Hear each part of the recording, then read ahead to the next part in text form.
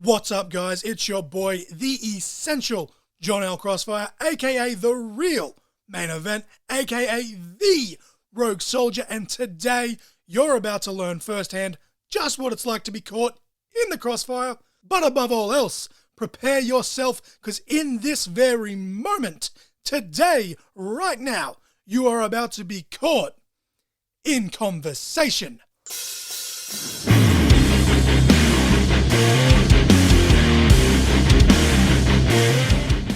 Hello everyone, and welcome to episode 28 of Caught in Conversation.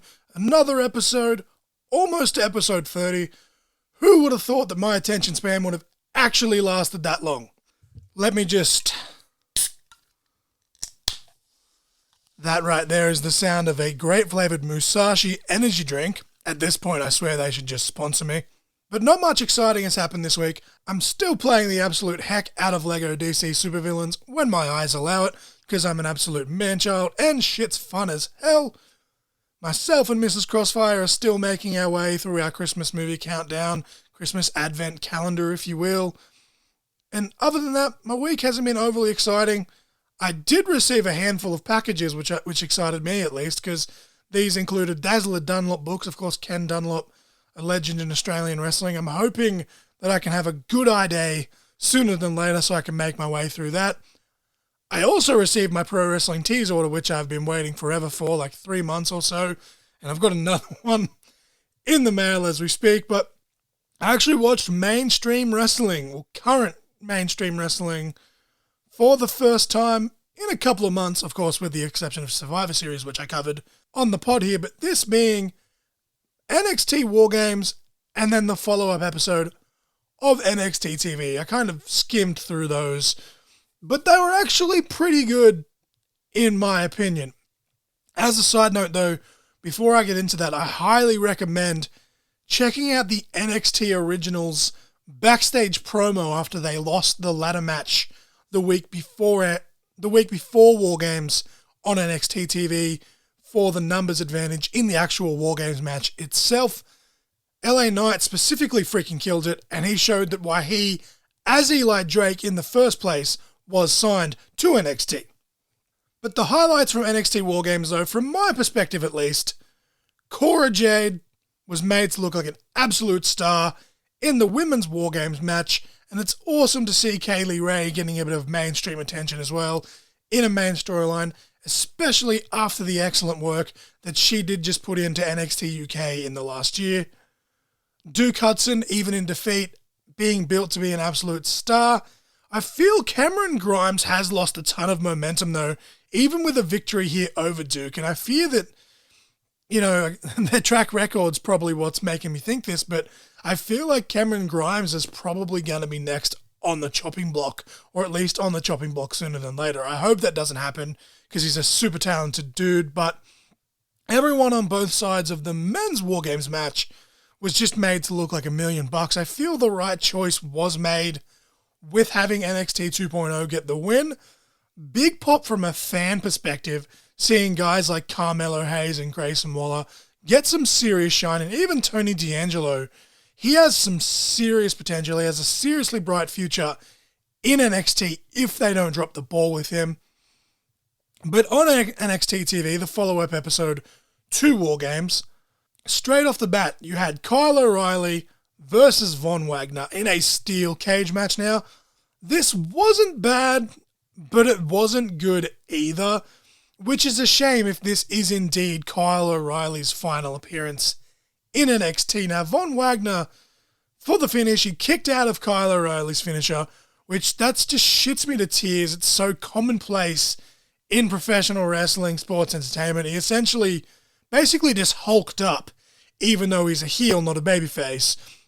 At least he did throw a low blow in there to show that, he's meant to be the bad guy. But it was just kind of to me. Like, I get that he's a big guy, and, he honestly does show potential, but he's kind of just there at the moment. Like, I try my best when watching wrestling, no matter which product is at hand, I try my best to enjoy it from a, fan side of things, since, at the end of the day, that's what we all are. We're all a bunch of filthy marks, especially me.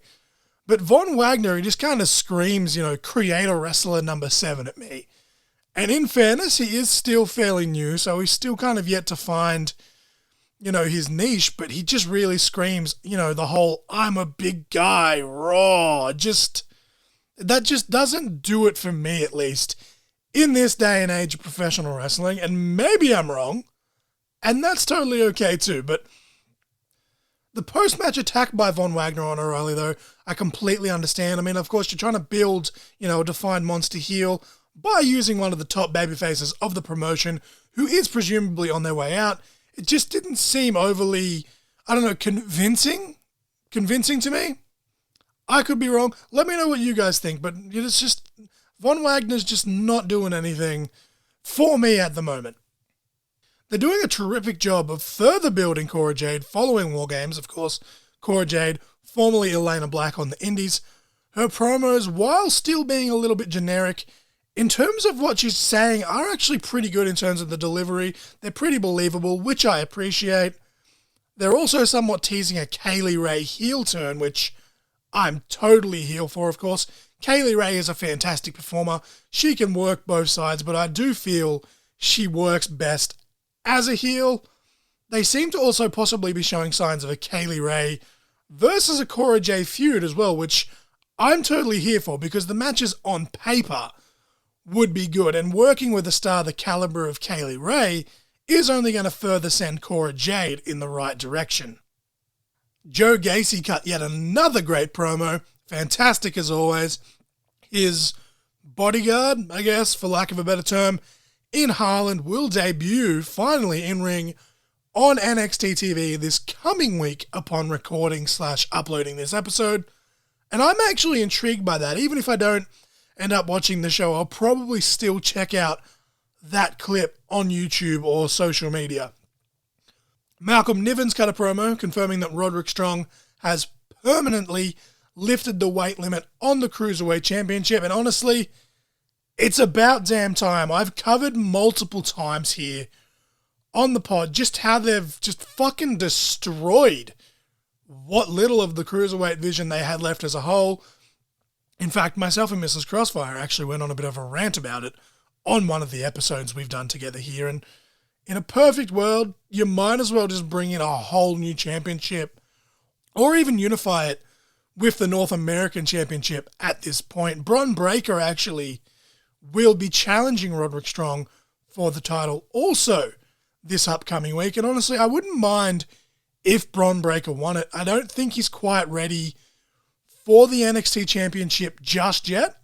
But perhaps Bron Breakker could hold the Cruiserweight Championship or whatever they're going to rename it to, if they're going to rename it to, for a few months before they unify that when he does beat Ciampa for the NXT Championship, which I do feel is inevitable at this point. Maybe that could even bring in a new design for the NXT Championship itself, now that we are in the new NXT 2.0 era. But that's just my thoughts on what could or should possibly happen at this point. Duke Hudson coming out in a wig was absolutely hilarious, in my opinion. It has led to a no-holds-barred match being announced between Duke Hudson and Cameron Grimes in the not-too-distant future. I'm assuming that this is where Duke Hudson will get his win. Johnny Gargano's promo, though, which is what I tuned in for, had me in absolute tears. I'm a filthy mark and proud. I was sucked in every step in the way that I didn't even notice the fans reacting to Grayson Waller before Grayson, attacked Johnny Gargano, which, watching that specific clip back on social media, the fans reacting to something happening off camera was super fucking obvious, but I was just so in the moment when watching it live that I somehow didn't see it coming. And honestly, I love it because it's not often that I get fully immersed as a fan. Like, obviously, I'm no, grizzled vet, but just my short cup of coffee in the business has kind of ruined me because for the most part, I just try and dissect everything. This does leave a lot of questions, though, because we started the show with Von Wagner attacking O'Reilly, and as I just mentioned, we've ended the show with the same thing happening with Grayson Waller and Johnny Gargano. Like, surely if both of them were leaving, you wouldn't do the exact same spot for both, right? At least on the same show.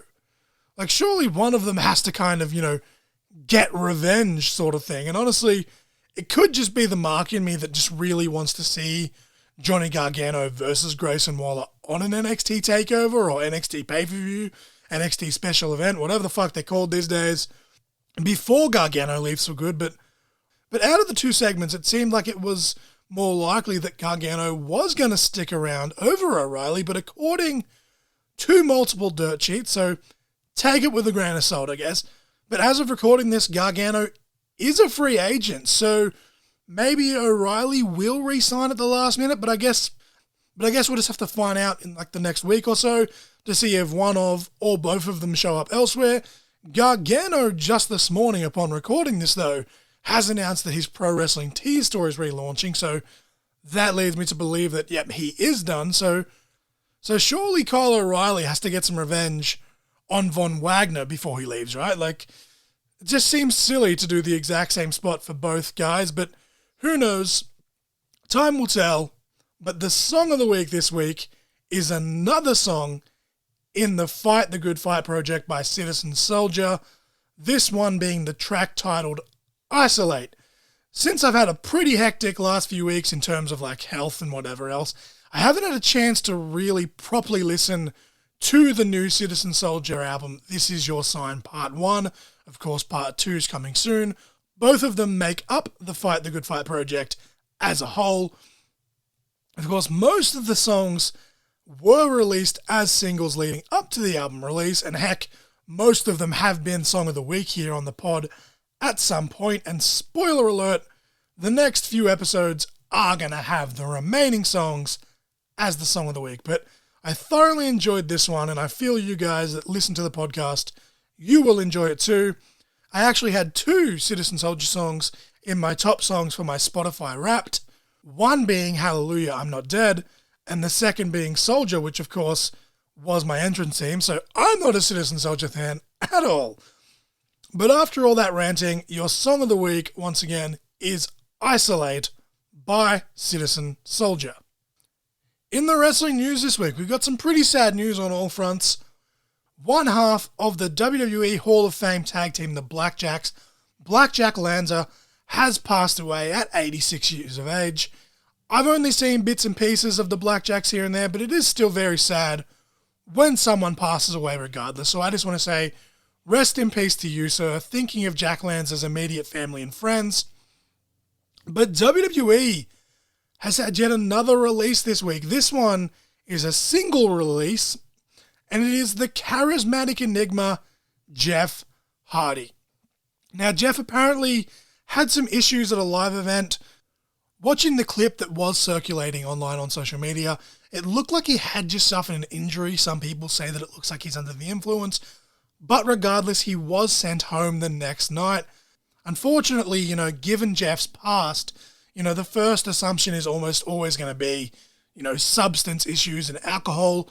And the reports that came out were all stating that the reason for the release was due to Jeff refusing rehab, which is very sad to hear. However, Jeff's wife, Beth, did debunk that reasoning on social media. And to be honest, I am going to be more inclined to believe, his immediate family than dirt sheets, but something to me still doesn't add up. So as a fan, I just want to say I'm thinking of Jeff Hardy and just sending him all the positive vibes in general. Like, there's a part of me that wanted to be naive and I wanted to believe that it was a work, given that a recent interview that Jeff himself did where he said, he wanted to be, quote, released because it'd be a good way for him to finally bring in the Willow character to WWE. And anyone that listens to the pod, they know how bad I want to see Willow appear in the WWE. But honestly, this whole thing just seems far too raw for that. So maybe that interview and the release, they're just kind of, a big coincidence. But I just hope that whether it is his past issues or whether it's just injuries in general, I just hope that Jeff's doing okay, thinking of him and his family. Like, many know that Jeff Hardy for me was, and for a lot of others, especially for my generation, let's be honest, was a big part of the reason that got me hooked on him, hooked on the art of professional wrestling, hooked on the business of professional wrestling when I was younger. I mean, that spot at WrestleMania 17 where Jeff was speared in midair by Edge was the exact spot that made me want to become a professional wrestler. So yeah, just thinking of Jeff Hardy, positive vibes, peace, love and hugs, whatever else you believe in, just stay safe, Jeff. Your match of the week this week, given the sad news that I did just mention about Jeff Hardy, and the fact that we have a rumble of sorts coming up in the show that I'm about to review, the match of the week this week is Jeff Hardy versus Randy Orton for the WWE Championship at Royal Rumble 2008. Now, this match is almost a hidden gem, in my opinion. I remember really enjoying it when I first saw it, and it still holds up, but for some reason, it's not really talked about as much as I feel, at least, that it should be. The whole build-up to this match was just fantastic as well, which, of course, it featured, one of Jeff's biggest Daredevil moments, which says a lot, given how many he's had over the years. I remember being so salty at the outcome of this match as a 13-year-old as well. But yeah, the match of the week this week is Jeff Hardy versus Randy Orton at Royal Rumble 2008. But now for the main portion of this episode, much like last week, this may be a quick one. My bad. Of course, I am doing a review or recap-ish of Deathmatch Downunder's Peer Pressure from Dead People. I still really love pressing those buttons. Not sorry. Straight out the gate, the whole video package, once again, was fantastic, hyping up the entire show. We had Lord Andy Coyne and Aaron Dick on commentary. As I mentioned in the last episode, I dig the hell out of these two as a team. We had Jackie Picone, sorry if I mispronounced that, announcing all of the matches here, doing ring announcing duties. Match number 1, kicking things off straight away with a death match. We had Will Walker versus Joel Bateman. We had a barbed wire Christmas tree in one corner, a fuckery board in another, covered in cut cans, and also draped in barbed wire, just for good measure. Jesus fucking Christ. We started off with some nice chain wrestling here, though, before Joel went to work with a barbed wire baseball bat, but Master Walker returned the favor with a kendo stick. Joel did give Will a very nice receipt with the kendo stick, though. I popped super hard for Joel's trash talk as he was introducing his little stabbing mechanism known as Uncle Sticknail to Will Walker. Joel Bateman is a fantastic trash talker, by the way. I really want to see more of Joel Bateman as a heel outside of DMDU in just regular wrestling in general. But even in DMDU, like a Joel Bateman heel turn, I feel would be great because he's such a great shit talker and I fucking love it. Will Walker very much held his own though in this contest, as he proved a few shows ago as well. We got a nice near fall with a version of the Destino a la Tetsuya Naito, I dig it. Will Walker showing that he also is a filthy mark. He then started to embrace the deathmatch side of things by just grinding the thumbtacks into Joel's back before giving Joel a massive spinebuster into the tacks as well. Joel being Joel kind of got fired up more than anything from all the violence and hit a superplex powerbomb combo, sending Will Walker into the thumbtacks himself. My internet decided to crash when this spot happened, so I got the joy of seeing it twice, and let me just say that powerbomb, mwah, chef's fucking kiss. Awesome stuff. Lord Andy Coyne on commentary stating that Will Walker has killed Christmas after Will went crashing through the barbed wire wrapped Christmas tree, popped the ever-loving shit out of me. Will Walker hitting a destroyer for a near fall, semi into the scattered tacks at that. Mrs. Crossfire pointed out that Joel had tacks sticking out of his head, and I just want to say, no thank you. You can keep that all to yourself. Again, Lord Andy Coyne popping the shit out of me on commentary when Will Walker was setting up a door. But in true wrestling fashion, Will Walker being the one to set the door up was the one to go through it. He ate a top rope Rikishi driver from Joel Bateman. Joel Bateman picking up the win with that one. Pretty good match. Really enjoyed it. Solid opener. Will Walker cut a promo after the match stating that Joel Bateman isn't better than him and he has demanded a third death match now against Joel Bateman. Before Joel could really answer him though, they were interrupted by Mr. Wrestling Mitchell Wright from the anti-deathmatch party. It was at this moment that Mrs. Crossfire actually pointed out that Mitchell Wright and Joel Bateman are pretty much doppelgangers of one another, which gave us a pretty good chuckle seeing them standing there in the ring side by side, because now I'm not going to be able to fucking unsee it.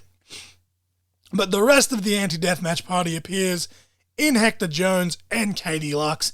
They take out both Joel Bateman and Will Walker. York and Damian Rivers make the save, which is an interesting dynamic that I really enjoyed, given that, they're kind of rivals of sorts to Joel. And I guess, in kayfabe, they're meant to be heels, but they're kind of all coming together here for their respective love of the art of deathmatch wrestling. So I really appreciated that. Katie Lux, though, gives both York and Rivers a low blow, taking them out. And then the new Australian Deathmatch champion in Callan Butcher, as I covered in the last episode, comes out and takes out all of the anti-deathmatch party. But the lights go out, and when they come back on, lover boy Lockie Hendricks is here. He has made his Deathmatch Downunder debut, and he cuts a scathing promo while the anti-deathmatch party continue their beatdown. There was lots of cheap heat in the promo, not going to lie, but the delivery was just great, the intensity was great, and the live crowd just ate up every second of it. Eventually, though, Atlas C.C. Whitaker would come out with the Whippersnipper. And the anti-deathmatch party took a powder. They got out of there. Absolute clusterfuck of a segment, but in all the good ways. I dug the absolute hell out of it. Match number 2, we had a scramble match. We had Tony Villani versus Broderick Valentine, with Natasha Valentine versus Zane Zodiac versus Mike Chaos, whose theme song is a fucking banger, versus Chanel Phoenix versus Emin the Kid. I, for one, was keen as hell for this one when they first announced it, because I'm just a sucker for these type of, balls-to-the-wall scramble-style matchups. And just as I was expecting, it broke down pretty much immediately. Zane Zodiac with a massive dive to the outside, taking everyone out, leaving us with Zane Zodiac and Emin the Kid in the ring, which is a singles match that I, for one, would love to see. But Broderick Valentine gets involved, took it to Zodiac. That's another one that I wouldn't mind seeing one-on-one, is Zane Zodiac versus Broderick Valentine. Shout out to Ref Jess in this one here as well. Mrs. Crossfire popped really hard when Jess popped up on the screen. Overall, this was an awesome, fast-paced match. Everyone got some shine, left an impression. We had dueling submissions, dueling splashes, a 6-way chop fest, and some good false finishes. But ultimately, it was Chanel Phoenix picking up the win via submission, making Emin the Kid tap out. We'd have a little segment. We'd have to take a break from the action. Out comes current DMDU heavyweight champion Richie Taylor. Of course, he is here to relinquish the championship before his retirement match in February at DMDU's first anniversary show, Roll On. I've actually just purchased tickets for that show, and I am so fucking keen. Richie Taylor has challenged Joel Bateman for a match at that show, but Richie was interrupted by Matt Hayter. Much like Lockie Hendricks just previously in the night, there was a fair bit of cheap heat here, but the delivery was great. Hayter challenges Richie to a match due to their storied past. Thoroughly enjoyed the promo, to be honest. Richie says no, but Hayter attacks him, making Richie change his mind. He has accepted the challenge and they will face each other later in the night. Match number 3, we had a singles match. We had Royce Chambers versus Edward Dusk. The story here was pretty simple. Edward Dusk was looking to avenge his loss to Royce Chambers earlier in the year in the DMDU Heavyweight Championship Tournament, which I actually covered in episode 3 of the podcast for those that haven't checked it out. The action quickly spilled to the outside. Nice back and forth contest Fast-paced, both men getting their shit in, brother. Royce Chambers, as always, just super impressive, and Edward Dusk has really come into his own here, really becoming a fan of Edward Dusk. Chambers hit a super indie destroyer shooting star press combo that just looked fucking mint. Mwah, chef's kiss. But Dusk with some really innovative offense in this one, and after a neck breaker flipped out from an electric chair position, Edward Dusk picks up the win. Pretty solid match. I don't even know what the fuck you'd call that. It was like an electric chair into like a fucking torture rack neck breaker thing. I don't know. It was a neck breaker from an electric chair drop position. I thought he was actually going for Kenny Omega's One Wing Angel because I'm a mark, but here we are. Really cool match. Match number 4 was another singles match. We had Tyson Baxter versus Mad Dog. The match started with some chain. Mad Dog, the veteran, slightly out-wrestling the youngster in Tyson Baxter. Baxter got a quick knee bar on Mad Dog, though, with Mad Dog having to quickly get to the ropes. Of course, Baxter has had some success in DMDU with that knee bar, so that was some good little storytelling there. We had some great tit-for-tat strikes and holds in this one. Baxter hanging in there with Mad Dog every step of the way, as I feel most would expect at this point. Mad Dog actually got some colour here in this one, and Ref Jess instantly had the gloves on. How great is it having a competent referee? I've said that so many times on this pod with various shows, but just having a good referee, how good is it? After exchanging some more holds, Tyson Baxter gets the knee bar on Mad Dog again, and he well and truly had it locked in this time. Mad Dog would get to the ropes, but Baxter would drag Mad Dog back to the middle of the ring, and Mad Dog has no choice but to submit. Your winner of this match via submission is Tyson Baxter. Match number 5, singles match. We had Delta versus Jake Andrew Arthur, the self-proclaimed final boss. We had an obvious size advantage here in favour of Andrew Arthur, but Delta was very defiant in this one though, with Andrew Arthur trying his best to toss her around, and Delta just kept holding on over and over again for dear life. And even when Andrew Arthur finally did swat Delta away, she came straight back to it.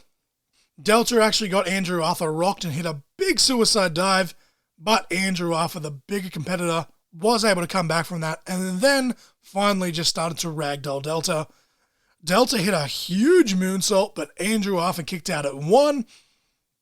But I did like that you could slowly see the confidence in this match of Andrew Arthur slowly coming off his face, and he kind of seemed to get increasingly more and more mad. Andrew Arthur hit a sexy as fuck spinning wheel kick. A dude that big shouldn't be able to move like that. We had a very close near fall off an Andrew Arthur Death Valley bomb, but Delta managed to power him up for a modified F5, but Andrew Arthur was able to roll out of the ring. Delta got a very close near fall off a huge spear, but off an attempted second spear, Andrew Arthur counters, hits a gut-wrench powerbomb for the win. Absolutely fantastic match. Like, it was kind of basic, but the fucking story that this match told was great. It was probably my favourite match of the entire night, to be honest. Like, both competitors here, Jake Andrew Arthur and Delta, just looking like $1,000,000. But match number 6, we had another singles match. It was Matt Hayter versus Richie Taylor, the now former DMDU heavyweight champion. My internet crashed again in this match, so I actually had to wait until the next day to watch it. The struggle is real, as the kids say. But Richie took it straight to Hayter off the bat, chopping and striking Hayter all around ringside. There was some very loud chops too, I love it. Hayter has fantastic crowd working skills as well. Like, again, a lot of it is still kind of cheap heat, but someone would say something to him without hesitation, he'd just make a quick quip straight back at them. And Hayter also has some very interesting offense as well. In this one, when he finally switched the momentum, he kind of did like a little hip thrust thing, I guess, with, his third leg or whatever he's got stuffed down his tights. And once again, Lord Andy Coyne had me absolutely chuckling with his commentary in this one. I've seen bits and pieces of Matt Hayter, on social media and stuff like that over the last few years. but I believe this was actually the first time I've seen him like in a full match. And honestly, instant fan. He's an absolute wanker, but in all the right ways. Like, I just dig the absolute shit out of it. I mean, I've always been a sucker, though, for heels or even just wrestlers in general that just talk a lot of shit. And I'm sure that doesn't surprise anyone listening to this knowing me, because I always say I'm a dick, but I'm a lovable dick. But I digress. Hayter took a nice inside-out bump, courtesy of a big fuck-off lariat from Richie Taylor, which I always appreciate, even though my uncoordinated ass could never do it. Hayter spiked the fuck out of Richie on the apron, though, with a version of the Fade to Black, of course, the over-the-shoulder reverse pile driver, which made me cringe because there's little room for error on that one. Richie did manage to come back, however, and he hit a huge Death Valley driver with a near fall that was so close that it made me spit out my energy drink all over my laptop screen. Thank fuck I avoided the keyboard. For the record, it was also a Musashi grape flavoured energy drink. We're totally professional here at Cordian Conversation. We had the old boo-yay strike exchange, which never fails in my opinion. Hayter hits a blatant low blow, but due to the referee, discretion/positioning, it was allowed, but Richie was able to kick out before picking up the win over Hayter with the most dangerous move in all of professional wrestling, the schoolboy. Hayter attacks Richie after the fact before Joel Bateman makes the save, and Joel Bateman cuts a promo accepting Richie Taylor's challenge for the February show. Again, I've got tickets for that, and I am so fucking keen. For the love of all the wrestling gods, please don't let anything fuck this up. Match number 7, we had the DMDU Tag Team Championships on the line. We had Flavortown, Corndog, and Lily Blaze, the challengers.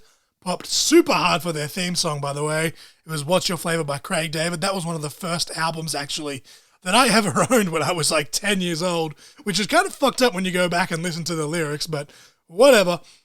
Versus BDE, Big Dude Energy, Big Dave, and Ricky Gilmore, the challengers as well. Versus Misspent Youth, Aisha, and ya boy, Murdoch, the defending champions. I actually just voted for Misspent Youth as the IWTV Tag Team of the Year, by the way. The commentary yet again in this match was just fucking great during the entrances. I really hope that I can get a chance to have a beer with Lord Andy Coyne one day, because he just had me in fucking stitches here. He was unleashed his inner Stewie Griffin of sorts with just Aaron. We started off with Flavortown taking control, courtesy of Corndog. He took out both members of BDE and Aisha, respectively.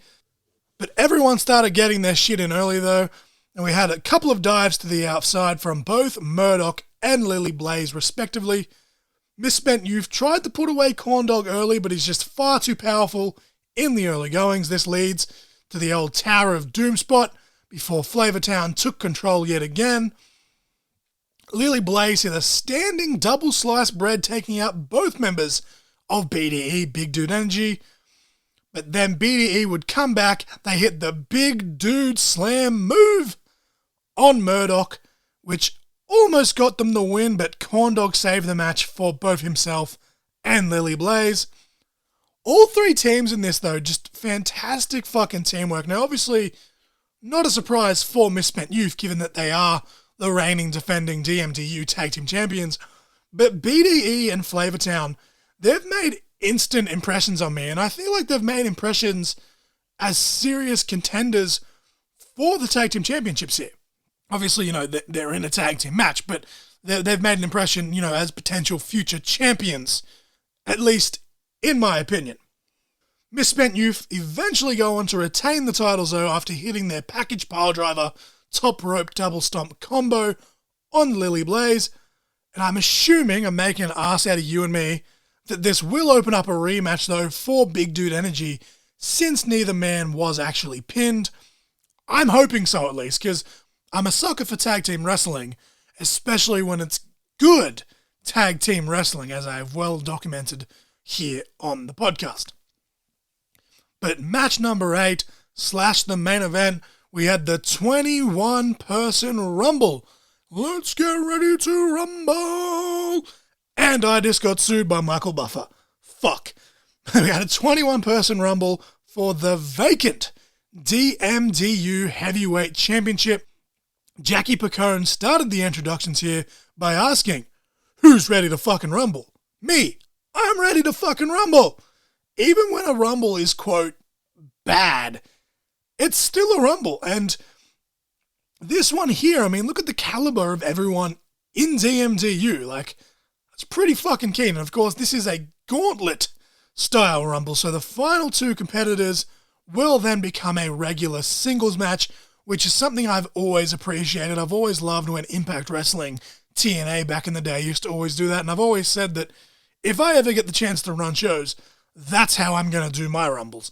But the new version of the DMDU Heavyweight Championship is absolutely sexy as fuck. But entrant number 1, we had the God of White Claws himself, JXT. Fuck yes, happy mark over here. JXT cut a great promo wanting to be handed the championship.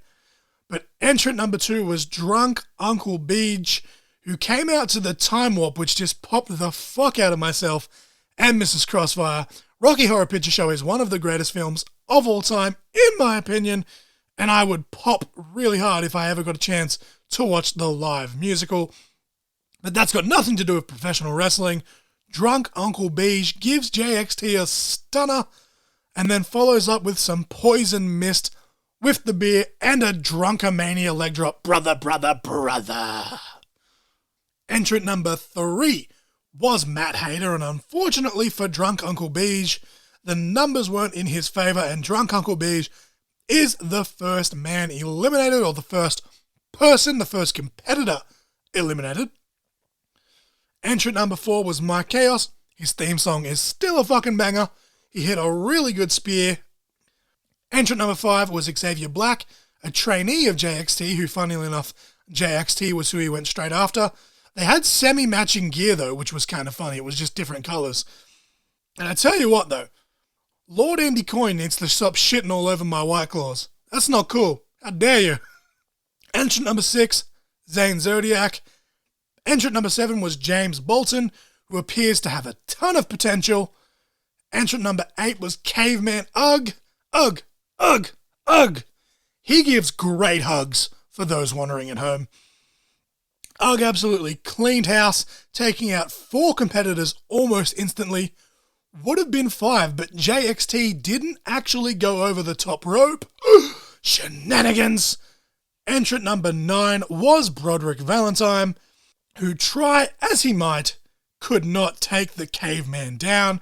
Ugg just chopped the absolute soul out of Valentine's chest, and even Mrs. Crossfire was on the other couch going, because just, nah, you can have that all to yourself. Ugg's hands are just fucking, they're like boulders. And then entrant number 10 was York.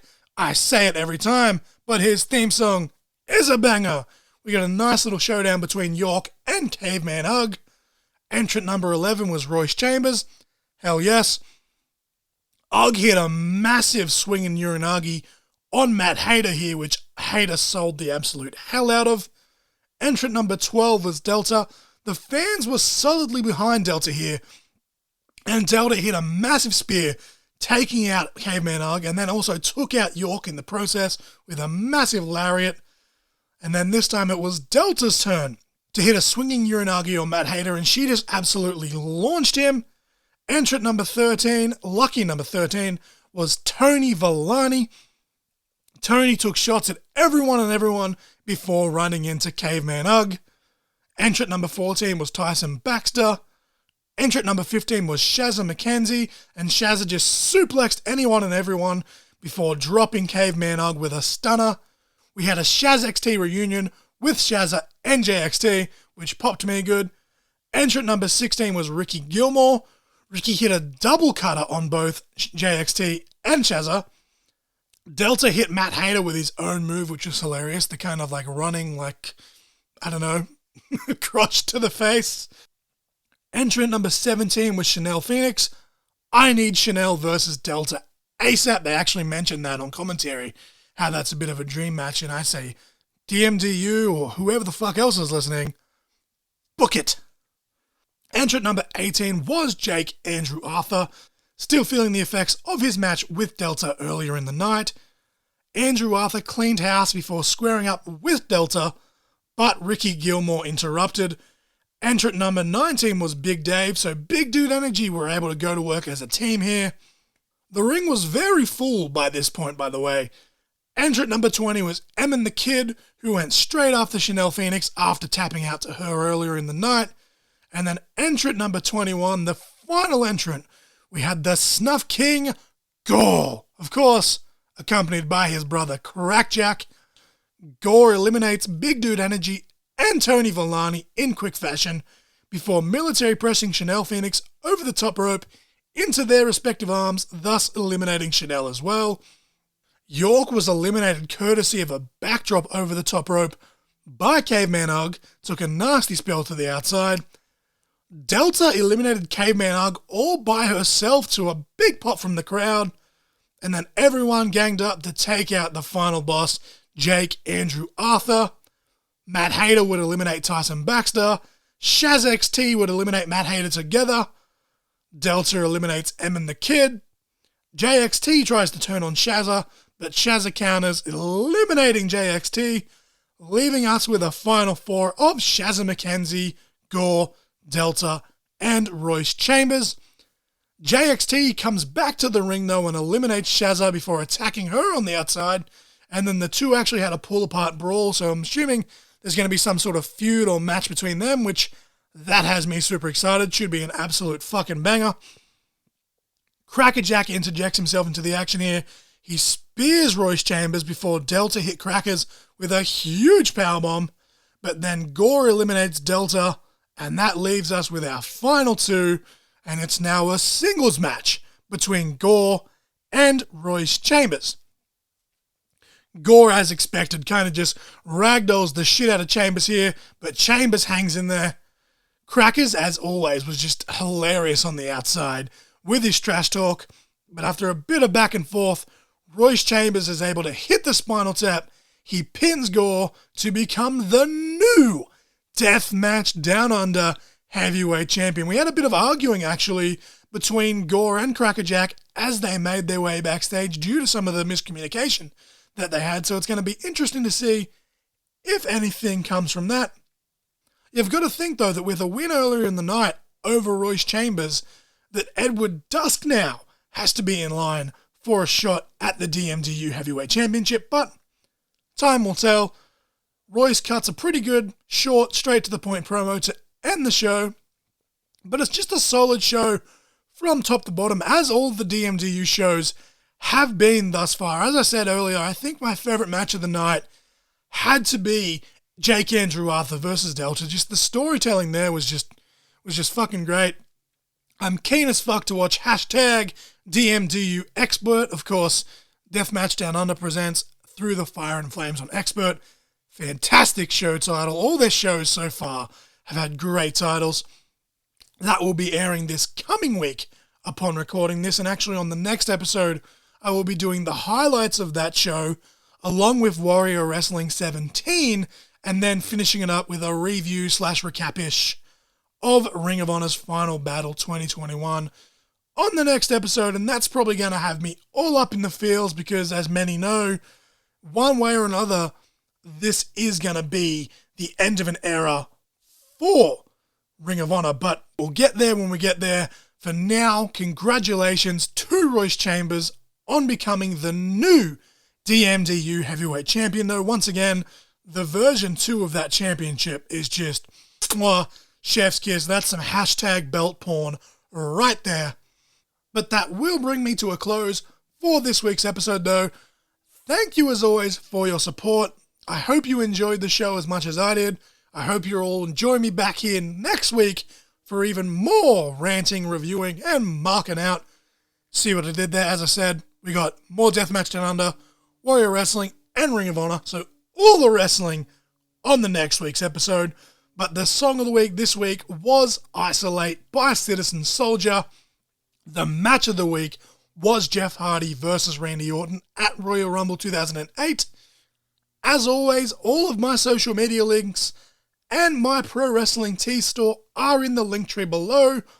Buy a shirt so I can buy tacos. I am the Essential John L. Crossfire, and you were just caught in conversation.